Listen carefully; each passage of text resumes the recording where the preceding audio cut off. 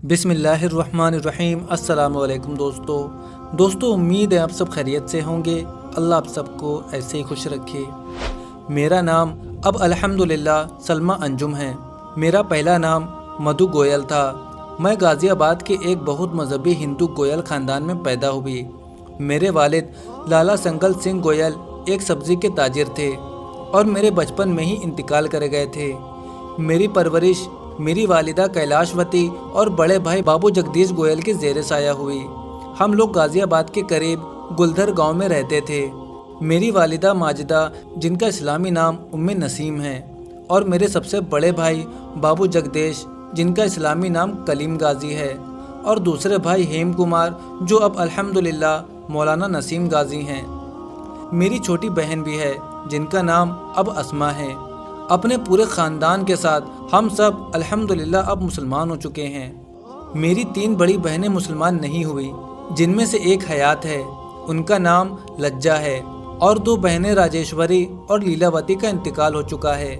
अगर मैं अपने ख़ानदान के इस्लाम लाने के सिलसिले में ज़रा बताऊं, तो मेरे भाई बाबू जगदीश बड़े मजहबी हिंदू थे और उन्होंने हिंदू मज़हब की बड़ी गहरी मालूमात हासिल कर रखी थी।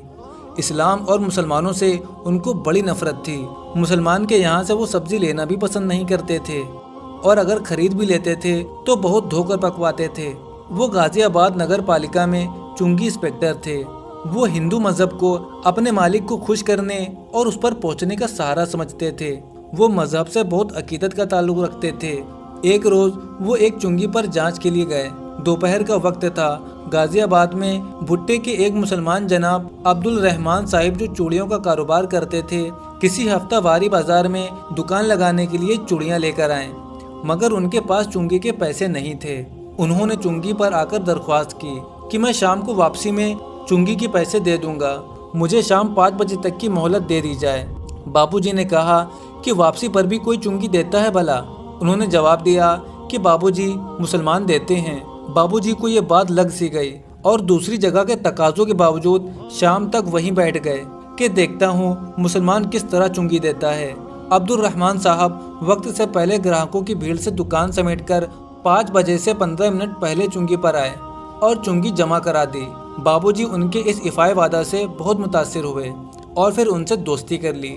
हकीकत ये है कि इफ़ाए वादा का ये इस्लामी अंदाज़ ही हमारे ख़ानदान के लिए हिदायत का ज़रिया बना। फिर बाबूजी ने इस्लाम का मुतालबा करना शुरू कर दिया। घर आए एक संजीदा मुसलमान जनाब काजी साहब बाबूजी को मिल गए। उन्होंने बाबूजी को इस्लामी लिटरेचर मुहैया किया और साथ ही में छोटे भाई नसीम गाजी को भी करीब किया।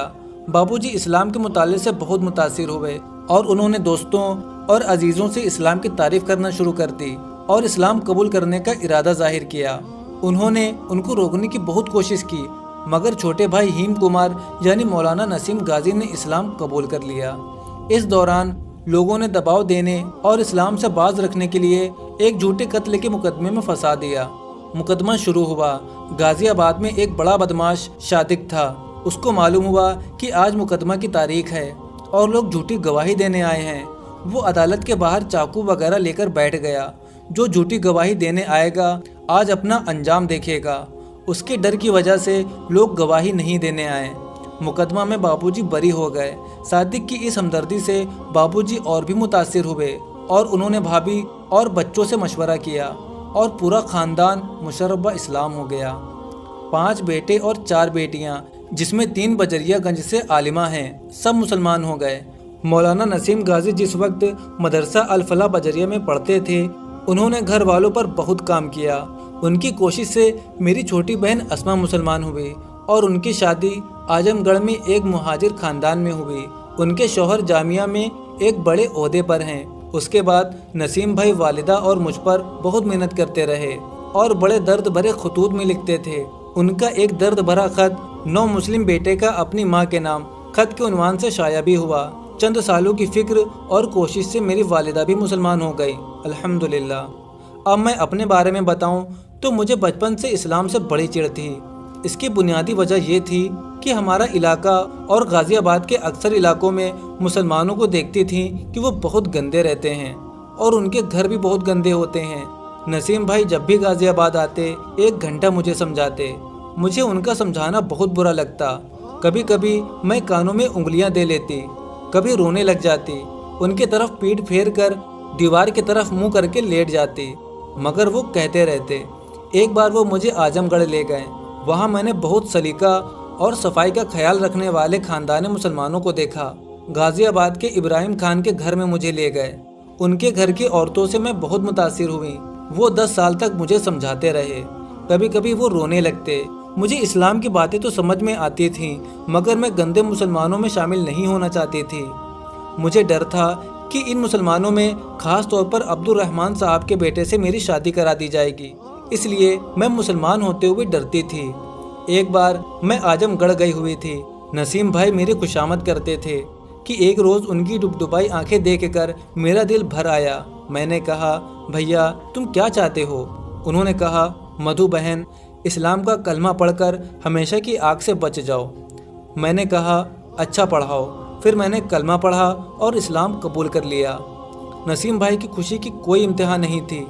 وہ خوشی میں مجھے گلے لگا کر پھوٹ پھوٹ کر رونے لگے، اس لیے کہ تقریباً 10 سال کی متواتر لگن اور مسلسل دعوت کوشش کے بعد اللہ نے میرے دل کو اسلام کے لیے کھول دیا۔ یہ تقریباً 28 سال پرانی بات ہے۔ اب بات کی جائے کہ میری شادی کس طرح ہوئی، تو شادی کے سلسلے میں میری کئی شرائط تھیں۔ ایک زمانے تک سخت ترین مذہبی ہندو رہنے کی وجہ سے فوراً شادی نہیں ہو سکی تھی، اس لیے میری پہلی شرط یہ تھی کہ میں کسی داڑھی والے شخص سے شادی نہیں کروں گی۔ لڑکا الگ رہتا ہو، زیادہ بہن بھائی وغیرہ نہ ہو، یعنی بڑا خاندان نہ ہو۔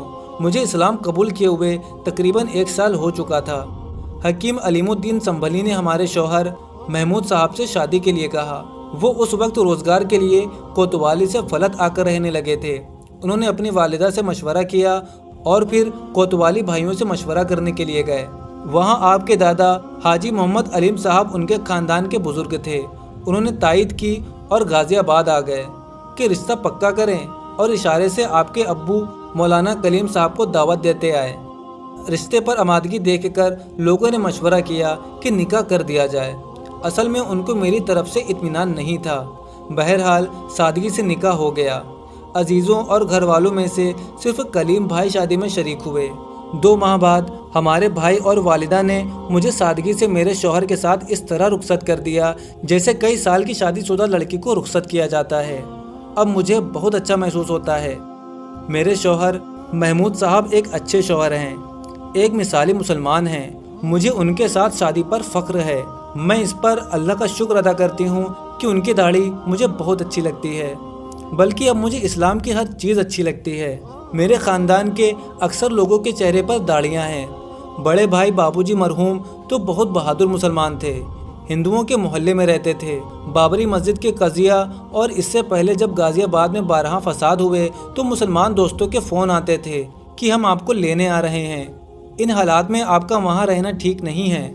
بابو جی بڑے اہتمام کے ساتھ جواب دیتے، اگر آپ اطمینان دلا دیں کہ مسلمانوں کے محلوں میں ملک الموت نہیں آ سکتے اور ہندوؤں کے محلے میں موت وقت سے پہلے آ جائے گی تو میں آنے کو تیار ہوں۔ اور موڑا بچھا کر سڑک پر کبھی کبھی بیٹھ جاتے اور اخبار پڑھنا شروع کر دیتے۔ ان کا ایمان بہت قوی تھا۔ قبول اسلام کے بعد ہمارے خاندان کو ہندوؤں نے بڑی دھمکیاں دیں، بڑے بڑے لالچ دیے۔ رام گوپال شال والا وغیرہ بارہا ملنے آئے اور کروڑوں روپے کی پیشکش کی کہ آپ کسی بھی شرط پر اسلام سے باز آ جائیں، مگر انہوں نے حق کے مقابلے پر لالچ اور خوف کو ٹکرا دیا اور زندگی بھر نہ صرف خود مضبوط مسلمان بنے رہے بلکہ ان کی وجہ سے اللہ نے خاصی لوگوں کو ہدایت دی۔ میرے دوسرے بھائی مولانا نسیم غازی بھی، جو الحمدللہ ملک کے مشہور داعی ہیں، انسانی رشتے کے بھائیوں کو دوزخ کی آگ سے بچانے کے لیے بغیر کسی سیاسی فکر اور لالچ کے مخلصانہ دعوت پر زور دیتے ہیں۔ الحمدللہ اس کا فائدہ جماعت اسلامی کے لوگوں کو بھی ہوا۔ کافی لوگ ان کی دعوت سے مشربہ اسلام ہوئے۔ الحمدللہ اگر خدا نہ خواستہ مجھ کو ہدایت نہ ملتی، اس تصور سے بھی میں کانپ جاتی ہوں۔ میرا رواں رواں کانپ جاتا ہے۔ دیکھیے ابھی میرا حال خراب ہو رہا ہے۔ میری 2 بہنیں اسلام کے بغیر دنیا سے چلی گئیں۔ وہ اسلام کے قریب ہو گئی تھیں، مگر ان کے مقدر میں ہدایت نہیں تھی۔ میرے والد بھی اسلام سے محروم اس دنیا سے رخصت ہو گئے۔ جب میں سوچتی ہوں تو نیند اڑ جاتی ہے اور کبھی کبھی مسلمانوں پر مجھے بہت غصہ آتا ہے۔ 10 سال تک میں صرف اسلام سے اس لیے دور رہی کہ میں जिन अक्सर मुसलमानों को देखती थी वो बहुत गंदे रहते थे। उनका रहन सहन और माहौल जिनमें चोरी चकारी, जुआ और जहालत, ये सब मेरे लिए एक हिजाब बना रहा। अगर मुसलमान इस्लाम पर हकीकत में अमल करते तो मेरी बहनें और वालिद ईमान से महरूम ना होते। मेरे शौहर महमूद साहब एक अच्छे मुसलमान शौहर हैं। मैं कुछ नमाज ज़िक्र वगैरह तो ज़्यादा नहीं कर पाती। अपनी इबादत यही समझती हूँ कि मैं एक अच्छे मुसलमान की बीवी बनूँ। मैंने अपने आप को अपने शौहर के लिए बिल्कुल वक्फ कर दिया है। वो गोश्त के बहुत शौकीन हैं, इसलिए मुझे गोश्त बनाने का शौक़ हो गया है। मैं गोश्त खाने के हुक्म को अल्लाह की नेमत समझती हूँ। मैंने अपने बच्चों को तरगीब देकर गोश्त का शौकीन बनाया है। मैं कोशिश के बावजूद नहीं खा पाती तो इसे मजबूरी नहीं बल्कि महरूमी समझती हूँ। मेरे बच्चों की तरबियत में मुझसे ज़्यादा उनके वालिद का हाथ है। वो बहुत अच्छे और सच्चे मुसलमान हैं। अक्सर गैर मुस्लिम के मोहल्ले में रहें मगर पड़ोसियों के महबूब रहें, और जब मोहल्ला छोड़कर आएँ तो हिंदुओं ने रोते हुए रुखसत किया। और इसी तरह एक मर्तबा पक्की महरी मोहल्ला में हम रहते थे। एक छोटे से मकान में हम एक ज़माना तक रहे। मकान का मालिक एक इंतहाई मजहबी हिंदू था। रामकेश्वर नाम था। 2 मज़ामीन में एमए था, मगर वो हमारे शौहर के अखलाक और हमदर्दी से हद दर्जा मुतासिर था और इस्लाम की तरफ कायल हो गया था। कहता था, महमूद साहब, जिस कदर देवताओं की पूजा करता हूँ हाल ख़राब हो जाता है। सोचता हूँ ये झूठे भगवान छोड़ दूँ और आपकी तरह एक सच्चे मालिक का हो जाऊँ। बेचारा महरूम ही इस दुनिया से चला गया। मैंने बच्चों को मुसलमान बनाने की फ़िक्र की और बचपन से नमाज पढ़ने के वक्त उनको अपने साथ रखती थी। गैर मुस्लिमाना आदतों से बचने को कहती थी। मुझे इस्लाम कबूल करने के बाद जिस तरह पहले इस्लाम और मुसलमान बुरे लगते थे, अब इसी तरह गैर मुस्लिम बुरे लगते हैं। इसलिए मैं गैर मुस्लिमों के मोहल्ले में रहने के बावजूद बच्चों के लिए पसंद नहीं करती कि वो गैर मुस्लिम बच्चों से दोस्ती करें, बल्कि उनके साथ खेलना भी मुझे अच्छा नहीं लगता।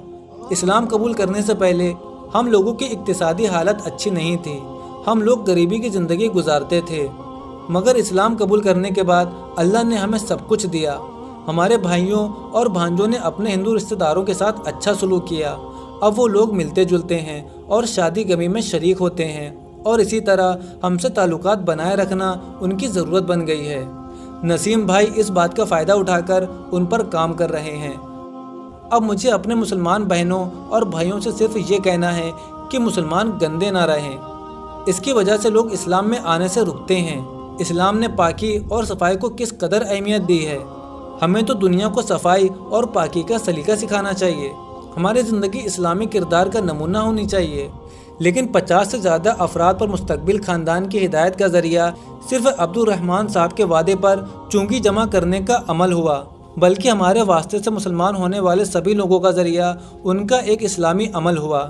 अफसोस हम खुद गंदे रहते हैं, और कम अज़ कम हिंदुस्तान में गंदगी मुसलमानों की शनाब समझी जाने लगी है। हमें इस बुराई को दूर रखने की कोशिश करनी चाहिए। दोस्तों, ये कहानी हमने मौलाना कलीम सिद्दीकी साहब की किताब नसीमे हिदायत से ली है। जिसको भी इस कहानी के सच होने की तस्दीक करना है वो जाकर ये किताब पढ़ सकता है। और मैं आपसे बताना चाहता हूँ कि इससे पहले मैंने एक कहानी शेयर की थी जिसका नाम था किरण ने ससुराल से तंग आकर इस्लाम क्यों कबूल किया।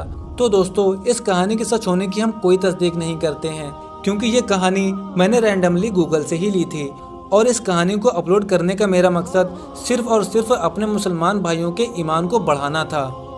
और वल्लाही मेरा इस चैनल को बनाने का मकसद सिर्फ यही था कि मैं अपने मुसलमान भाइयों के ईमान में इजाफ़ा कर सकूं, जिससे ये मेरे लिए एक सवाब जारिया बन जाए।